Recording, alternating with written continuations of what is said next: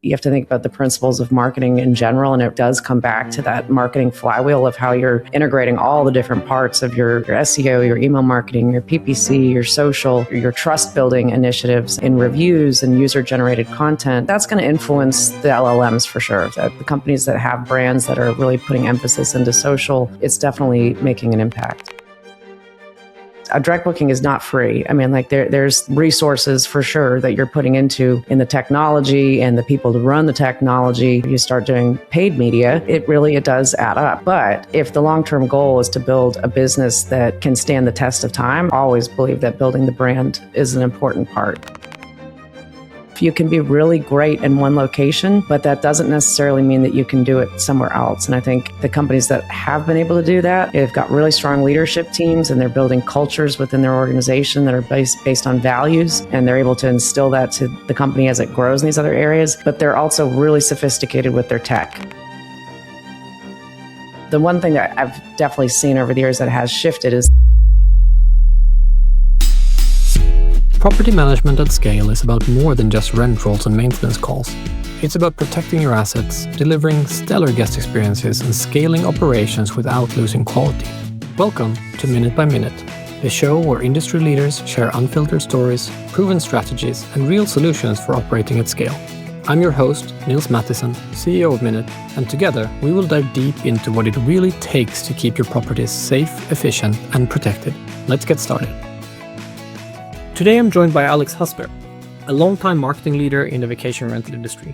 Alex spent more than a decade as chief marketing officer for major vacation rental companies, helping grow portfolios, build brands, and drive millions in dollars in direct booking revenue. Today she runs her own consulting firm, Directly Alex, helping hospitality and PropTech companies develop brand strategies and marketing infrastructure. She is also the co-host of the podcast Alex and Annie, The Real Women of Vacation Rentals, alongside Annie Holcombe. In this conversation, we explore the real cost of direct bookings and whether going all in on OTAs might actually be a winning strategy, why fragmented tech stacks are quietly sending contradictory messages to your guests, and why growth means something different to every operator. Alex, welcome to Minute by Minute. Thank you for having me, Nils. Great to see another podcast come out onto the scene and excited to be here. What first drew you into the vacation rental industry?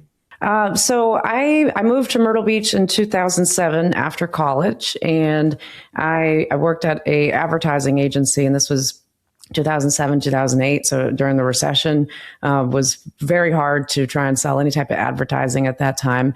But I had found one really good client that basically bought everything that I had to sell, which was all digital marketing, but was a company called Condo-World in North Myrtle Beach, South Carolina, that is, or was a probably about 300 property company at that point. And we built a great relationship. And at some point they came back to me and said, we need somebody to come on full time. Would you be interested? And I was very interested. So I said, let's do it. And that was the beginning, and their beginning of a wonderful career, 13 years with them. So that was my first start in vacation rentals. I knew nothing about it besides, maybe a couple family beach home trips as a kid. But probably about 2 months into the job, I realized that we didn't own all the properties. I did not know that.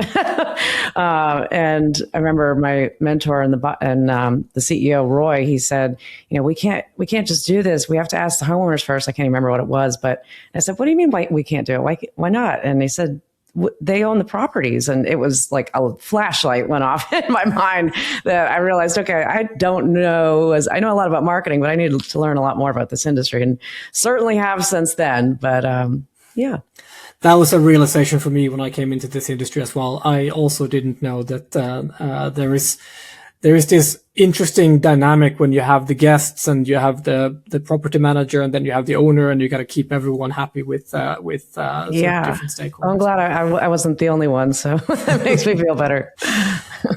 When you were at Condo-World, I think one of the things that stands out about this company is that you got a lot of your revenue from direct marketing rather than OTAs.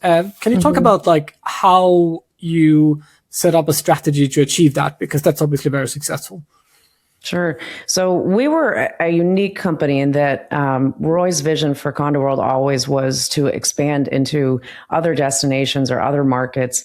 And he explored several options in doing that before I came on. Some was, looking more at like the franchise side or a vacation club and never quite figured out the right mix of how to do it. But there was a time where we did a lot of marketing. It was a well-known company, but we got a ton of phone calls for people that wanted to stay in Myrtle Beach, and we were in North Myrtle Beach. And there is a difference, but it's his joke always was, if you're going to New York City and you're going to the Bronx, you say you're going to New York City, you don't say you're going to the Bronx.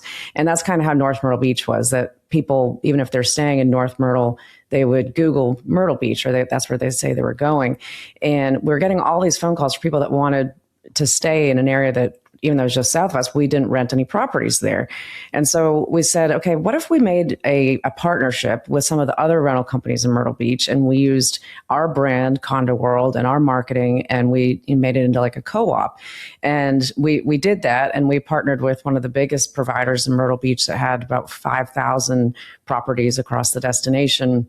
And it really built a wonderful marketing machine that grew the reach of Condo-World, but then also helped our partners that we worked with. And so we were kind of like a hybrid OTA is what we would call it. And because of that, we really focused our efforts on, we're driving bookings for our own properties, but we also want to drive bookings for our partners' properties.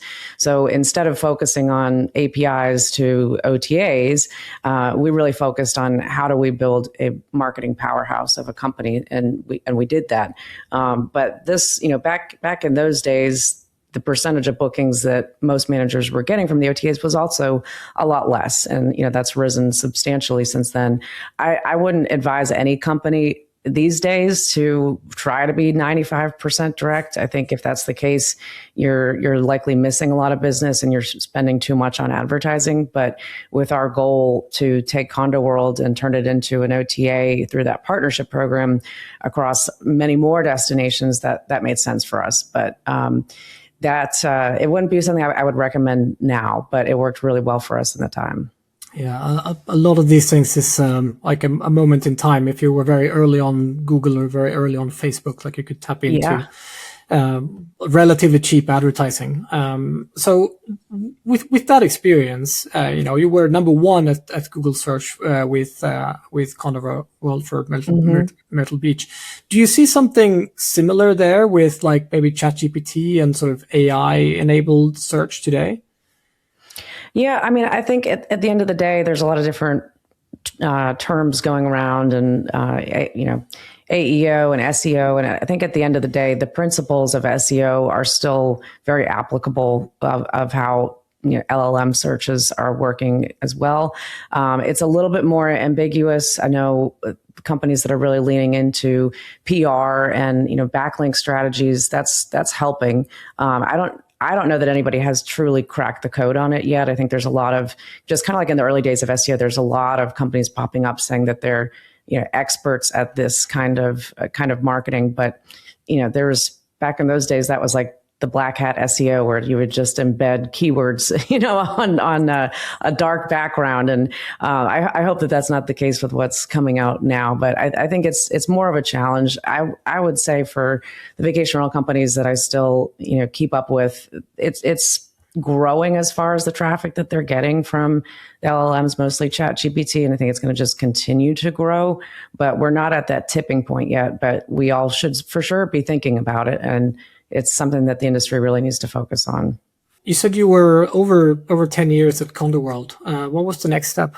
So after Condo-World, I was there for, so it was 13 years. And then it got to a point where I realized, I thought either I was going to be there forever, or at some point I was going to try something new. And when the founder, Roy, passed away, it's about a year after that I just started really feeling that urge of, I need to see more of what's out there. I've been in this, bubble here in Myrtle Beach, and we've really made an impact, but I want to see the broader world of vacation rentals. And in perfect timing, the opportunity to become CMO for Casago came up, and it was, in my mind, it felt like the absolute perfect opportunity because they were a franchise brand.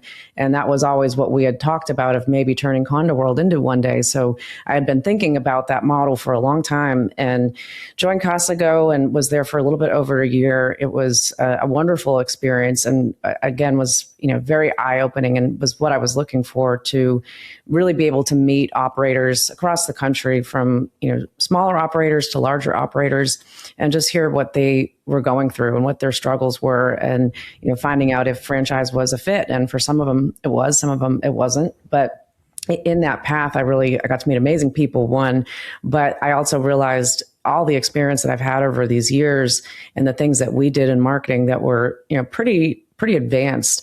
Very few companies were doing anything similar. And so I thought this could be a good time to start my own business, because I have these connections and I have the knowledge of what we had done. And so that was 2024, decided to start a fractional CMO business and work with some vacation rental clients, and ended up with some technology clients in that process too.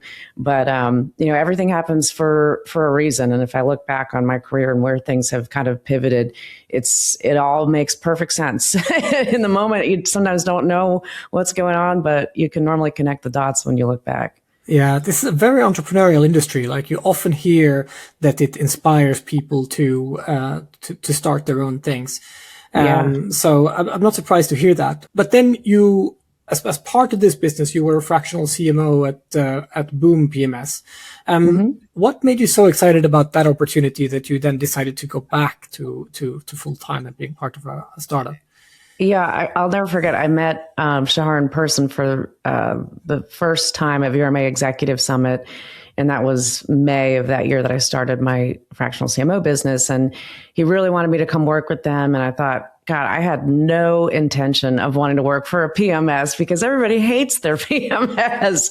And it didn't, the concept of working specifically there, not with Boom, but just for a PMS, just was not exciting to me. But when I saw what they were building and how just transformational it was going to be for the industry, I thought, okay, this is something very different than what I had in mind, and just really believed in the vision and the founders and their backgrounds. And, they were property managers, and similar to my experience actually at Condo-World, that at Condo-World, we had built our own PMS, and it was really good for what we needed it to be. And the Boom founders were the same way. They ran a large portfolio in South Florida and built Boom to be able to manage the properties, and then realized at a certain point, this is good enough, we could take it to market. And so they separated the companies, and Boom was built as its own brand.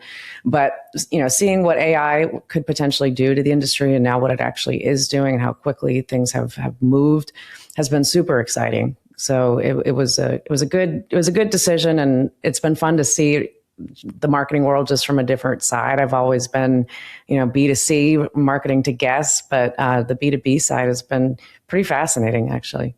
So you're saying that, like, when you looked at it from the outside, a lot of PMSs look the same, right? And of course, like, when you start digging into the product, you can start seeing differences, and there are different companies that are, catering to different verticals in the market, or different segments, I should say.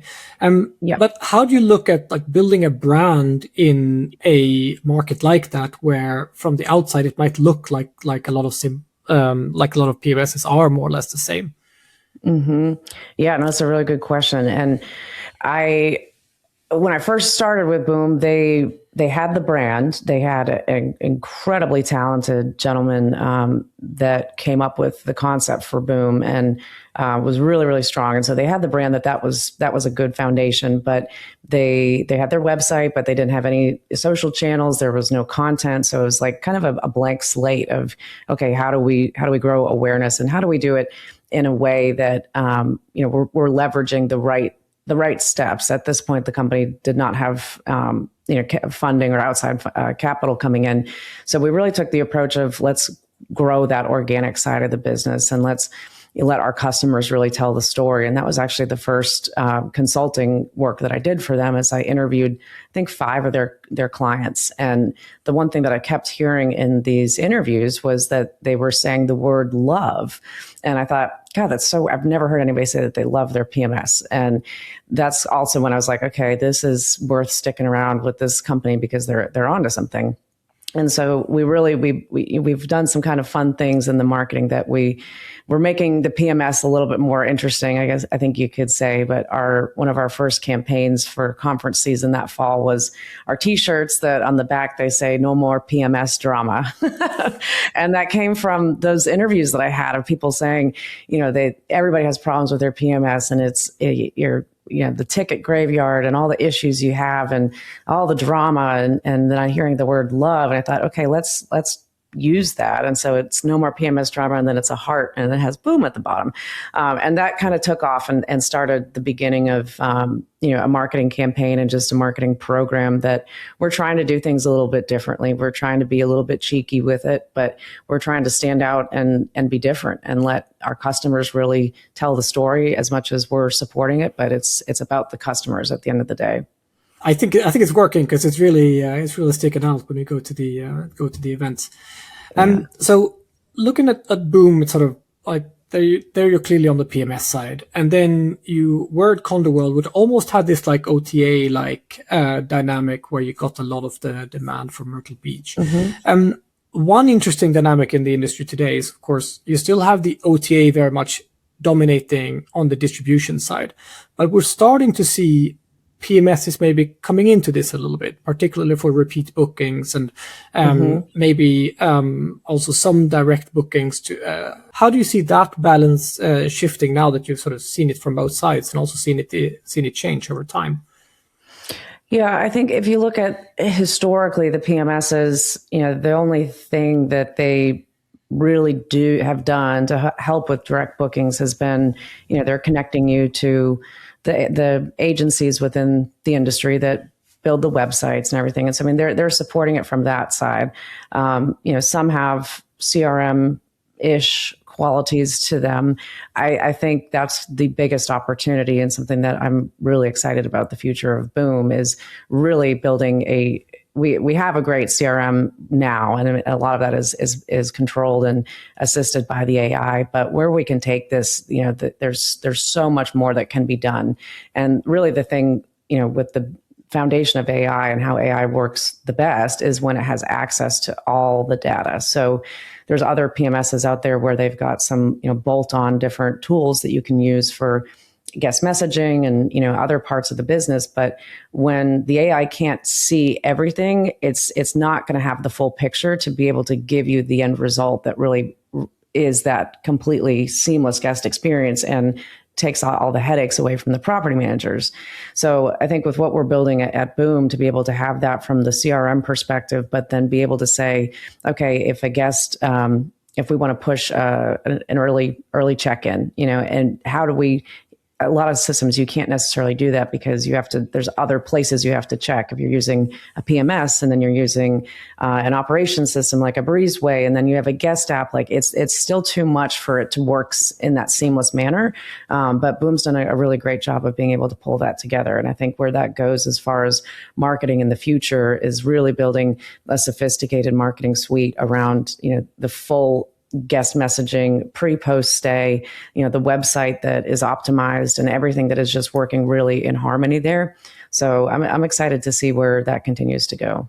How do you think property managers should think about this shift and perhaps like balancing their OTA visibility with getting more direct bookings? I think, it depends on the market. It depends on the goals of the company. I think there's a lot of different things that play into it, but the companies that I see these days that are doing really well and are, leading their markets, they're somewhere in like big destinations. They're somewhere around, 70% direct. 65, 70%, but they're still giving a decent chunk of the bookings that are coming through the OTAs. And I think that's the right balance to do, because you're going to get new guests likely that are coming through the OTAs. And the main goal is that the guest should never book again through the OTA. If they like your property, they should know to come back to you. And so the companies that are really looking at that guest journey are the ones that are able to convert those guests to come back.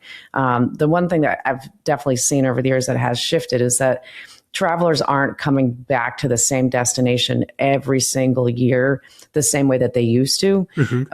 In Myrtle Beach, for example, I mean, we would have guests that when I left Condo-World, the company was, I think, probably 35 years old. And we had guests that had been staying with us all those 35 years. And that was pretty common in some of these larger markets. But that's shifting because of COVID, I mean, guests have seen there are so many other places that they can go and travel. So that's changed, but you have to find that blend of, and that like right mix of how you're still staying in front of those guests so that when they do want to come back to that destination, they are thinking of you. And that's the hard part for a lot of companies because and this is where AI really is going to come into place and making sure you're delivering the right message at the right time and know when they are likely to want to rebook and come back. That's going to be the big thing going forward to really be able to focus on. And you have to have the CRM that supports that. Is that the biggest change in marketing of vacation rentals that you've seen over the almost 20 years that you've been working in the industry? Or are there other dynamics as well? I think the biggest change is just like the focus, which is the good focus, is on the guest experience and how much that plays into marketing. And, the guest experience is how you communicate with the guests pre-stay, in-stay, post-stay, how you make them feel, how you handle issues, how easily you can handle issues. And really focusing on that is a big part of how you're going to win those guests to come back. And those are the companies that are achieving that. They're really taking a look at all their communications. It's always an eye-opening experience when I've worked with rental companies to say, okay, let's audit your guest journey. Let's look at all the different touch points. And especially if they have different softwares that are sending things at different times. And when you map it out, you'll have people look at it and they'll be like, oh my God, we're still sending out an email about cleaning protocol because of COVID, and they didn't realize that was still running because they never see it.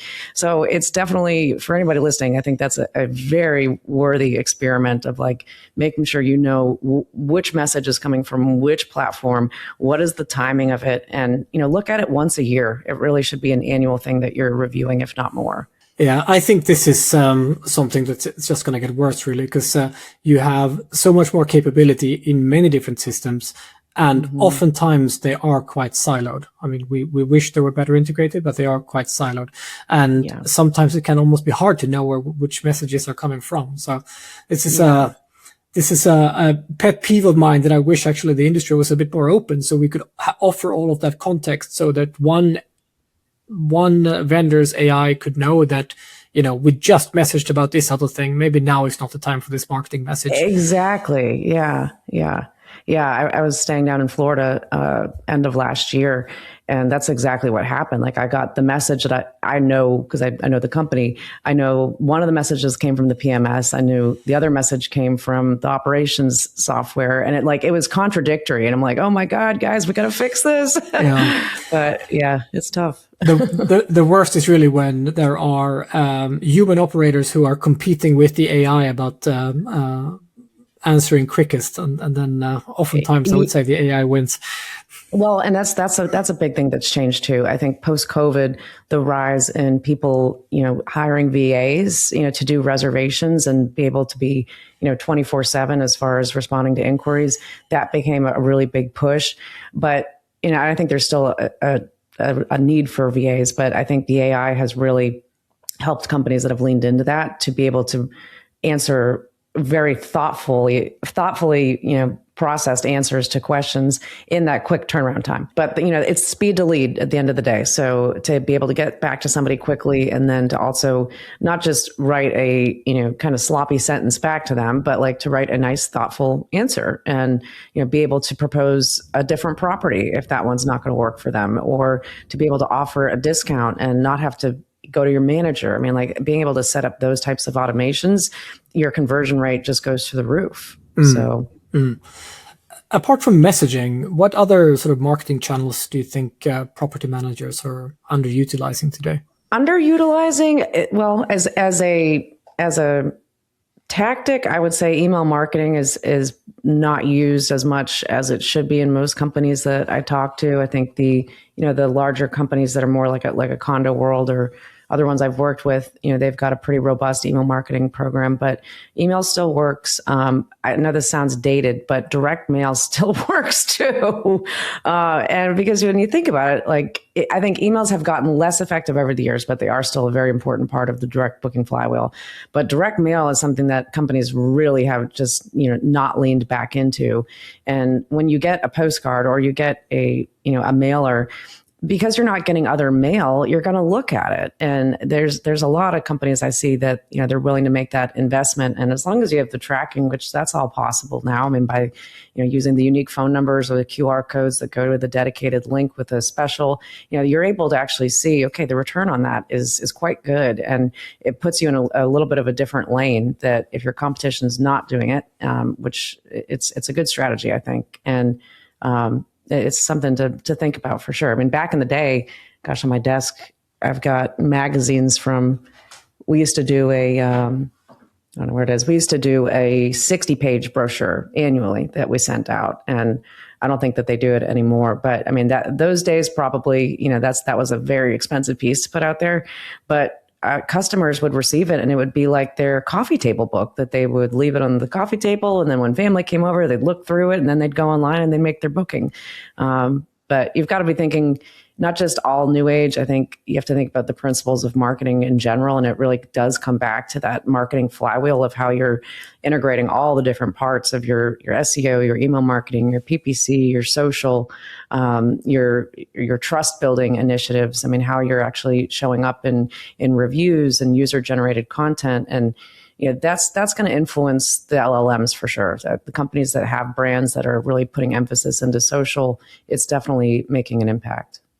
You also have a podcast, Alex and Annie, and you've had conversations with a lot of the leaders of the industry. What are some of the consistent themes and challenges that comes up in conversation?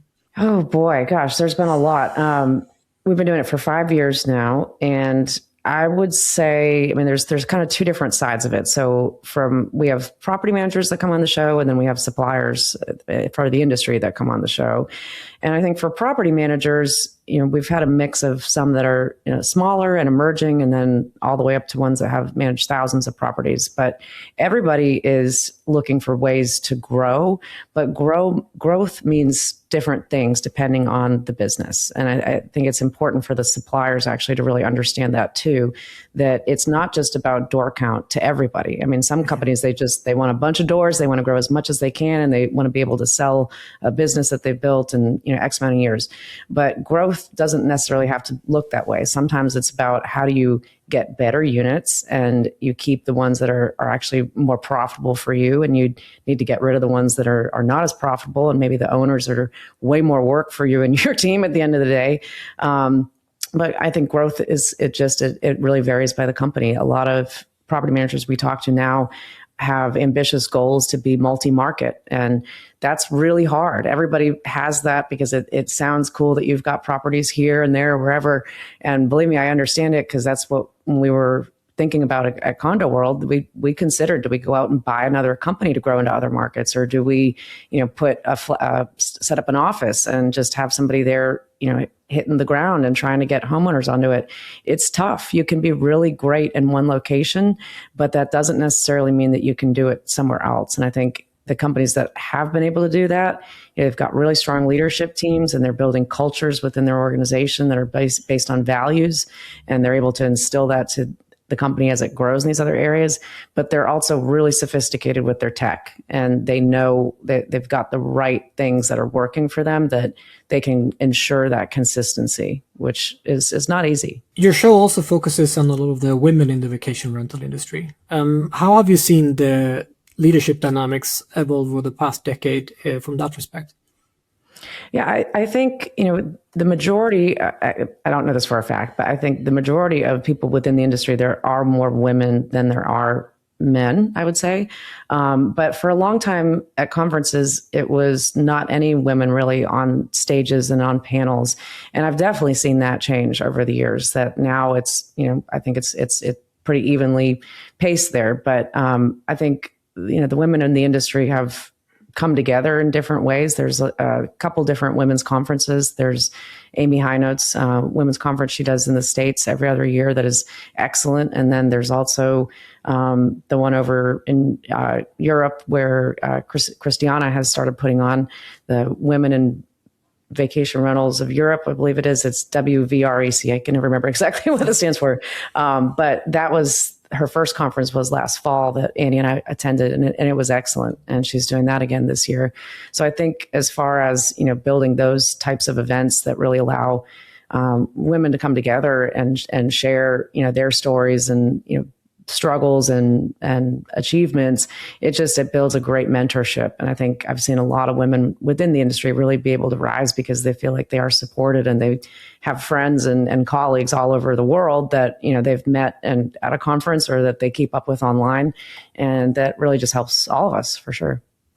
I think it's a quite collaborative industry. It's different than many others in that there isn't much of a head-to-head competition. There might be in like certain markets, but you in Myrtle Beach are not going to compete with someone in Europe. So it really creates this collaborative environment, and I'm glad to see that's helping. Yeah, and even in destinations where you are competing with your competitor down the street, the companies that do the best are typically the ones that are also collaborative in those situations, that they realize, okay, there are some things that are, trade secrets, but for the most part, it's about elevating the destination where you work too. And if you're only working in your own lane and you're not sharing anything, you're really hurting the bigger picture there, that just because a guest comes one year and stays with your competitor, the next year they might want to stay with you. So when the destination is working together, that creates a really strong flow. And I think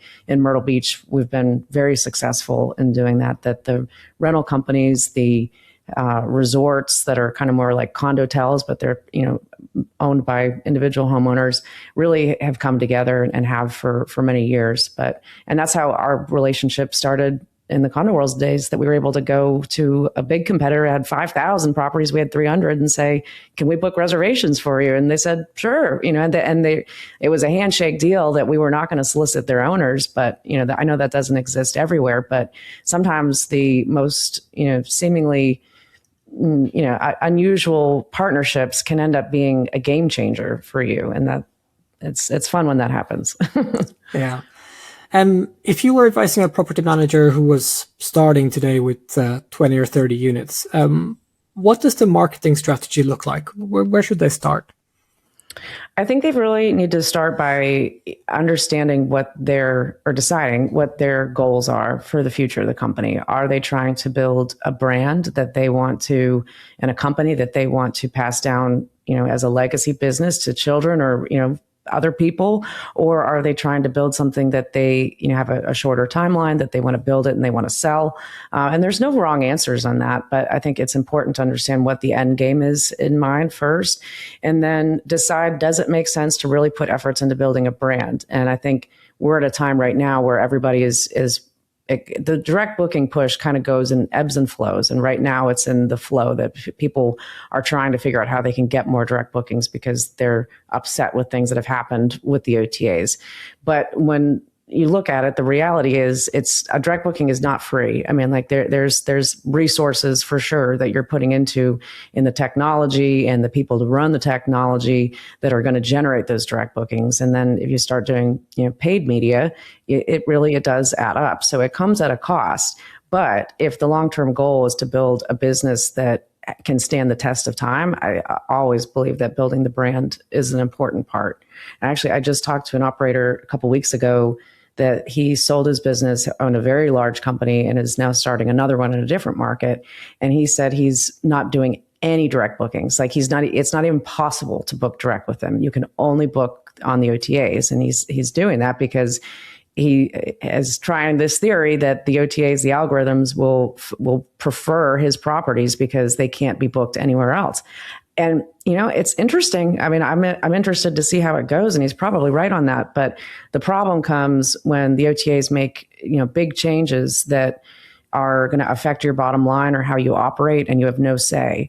And then, you're out on an island because you have not built any other way of generating business. So it's, there's different sides of it. 95% was too much. That's probably too much also on just strict OTA, but somewhere in the middle there is the right position. Yeah, I wouldn't be surprised if there comes a bit of a push for loyalty from the OTAs as a sort of response to this trend we're seeing now with more direct bookings. But so your friend might be right. Yeah, exactly. Time will tell. Yeah. So looking back at your career, I'm actually amazed at like how well the dots fit together, which is maybe easier when you're looking back. But if you were starting again today, what would you do differently? Gosh, I don't know. I don't know that I really would have done anything major differently, to be honest, because I, to your point, I feel like even when things don't go maybe as you had initially wanted or planned, that change in the path happened for a reason. So I don't think that I would have done anything different. Everywhere that I've worked has been, a really great experience. I've never had a terrible experience, but at the same time, every job has its ups and downs. But I don't think that I would change anything. Maybe I've started the podcast earlier. I mean, that might have been the only thing. But I think, and it's funny too, because Annie and I there were many other times where we could have met along our journey, and we kind of kept like bumping into each other, and then finally realized, okay, we get along great, and we love talking shop, and let's just do this. But it would have been fun to start it maybe 2 or 3 years earlier, and I think we just would have gotten even more of a head start. But now at 5 years in, there's not a lot of podcasts within our space that have been around that long. There's a lot that come up, but they don't necessarily last. But yeah, maybe started it earlier. Yeah, it's often about the people that you meet on the journey, right? Like it is for sure.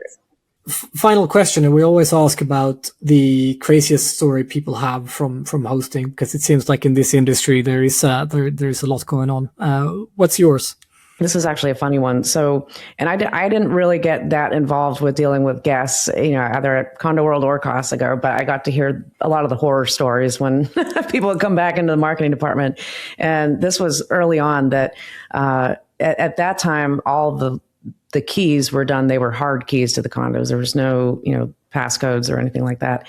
And we had just had a property come onto our program from another rental company, and we had booked it. It was like 4th of July weekend. It was a 4-bedroom condo. We had booked the property. The other company where it came from had not taken the unit out of their system and had not canceled the reservation for the booking that they had for that property. So on a Saturday in North Myrtle Beach, and it's, insanely hot and insanely busy here, our guests come to the condo or come to our office, and they get their keys, they go up to the condo, and they went down to the beach, I guess is the story. And then later, these other guests end up coming, that they went to the other rental company, and for some reason, whoever was checking them in didn't realize that the property was not even on their program anymore, and so gave them keys to the property. And so when that family got up into the condo, they saw other luggage, but they had another family traveling with them. And so they figured, oh, okay, it's just Uncle Bob and Aunt Phil, like it's all their stuff. And so they all go down to the beach hanging out. And then later that afternoon is when everything erupted, that one family's in the condo and the other family just starts walking in like they're staying there. And everybody's screaming, and it was chaos, and nobody knew who each other were. And why is your stuff here? And it was just wild. And so I do remember both of the families now, they came back to our office just absolutely livid and not understanding what was going on. And thank God, this kind of comes to what we talked about earlier of like collaborating within the destination.